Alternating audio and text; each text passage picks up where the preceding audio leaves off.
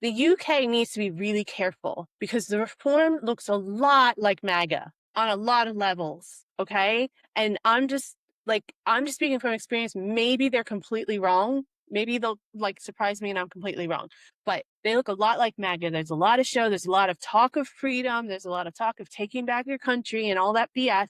And I can just see the trajectory being, tax cuts for the rich and everyone else being left behind, because that's what's happened in America. So, and it's not just Trump, to be fair, but they had just mimic a lot of that MAGA movement stuff. So just be really careful because they're getting a lot of support and it doesn't look like it's gonna be fantastic for the country. It's most likely because they're all politicians at the end of the day anyways. You can't really fully trust any of them because their lips are moving. You know what I'm saying? So like you have to be really careful. Anyway, sorry. I care about this country. I care about this land that I live in, and I don't want it to fall into terrible, awful traps like America did, not just for my own personal survival, just because I see Americans suffering and I don't want anyone else to suffer like that. They shouldn't even be suffering like that.